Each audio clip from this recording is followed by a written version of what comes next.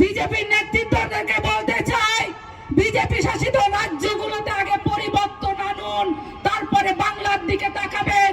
কারণ বাংলায় মমতা বন্দ্যোপাধ্যায়ের নেতৃত্বে যেভাবে সরকার চলছে, মানুষের খোঁজ খবর যেভাবে উনি নেন, আপনাদেরকে আমার প্রয়োজন হবে না। আমি আপনাদের উদ্দেশ্যে বলবো, এই এলাকার খেটে খাওয়া মানুষের কথা ভেবে বলবো, আমিও একজন খুব সাধারণ আদিবাসী সম্প্রদায়ের একজন মানুষ। দীর্ঘ লড়াই দেখেছি, দীর্ঘ আন্দোলন দেখেছি। সেই জায়গা থেকে বলবো, খেটে খাওয়া মেহনতি মানুষের কথা বিজেপি সরে।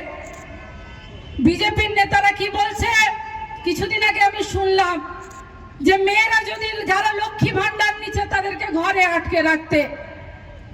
দিদিরা, সময় এসেছে, কোমর বাঁধুন।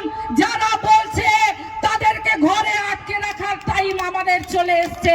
কারণ মমতা বন্দ্যোপাধ্যায় মায়েদেরকে বাইরে বেরিয়ে নিজের পায়ে দাঁড়িয়ে মাথা উঁচু করে বাঁচতে শেখাচ্ছেন। আর বিজেপির নেতারা কি চাইছেন, মহিলারা ঘরে ঢুকবে। মহিলারা আর ঘরে ঢুকবে না, মহিলারাই বিচার করবে, মহিলারাই পথ দেখাবে, মহিলারাই আপনাদের মতো মানুষজনকে আটকে রাখবে। এই প্রতিবাদ সভা থেকে আমি বলতে, তো আপনারা এই ধরনের মানুষকে জনপ্রতিনিধি বানান, যারা আপনাদের ভোট দেন, আপনাদেরকে লাইনে দাঁড় করান, কিন্তু আপনাদের কথা বলেন না। আবার 5 বছর শেষ হতে গেল, দেখুন আবার লাইনে দিতে দাঁড় করিয়ে দিতে শুরু করে দিল। গর্জে উঠতে হবে, আর কত প্রাণ যাবে, আর কত লাইনে দাঁড় করাবে। প্রতিবাদ যদি না হয়, তাহলে দিনের পর দিন এভাবেই চলতে থাকবে। তাই বলি বন্ধু, মমতা বন্দ্যোপাধ্যায়ের নেতৃত্বে, অভিষেক বন্দ্যোপাধ্যায়ের নেতৃত্বে সামনে এগিয়ে যাওয়ার দিন এসেছে।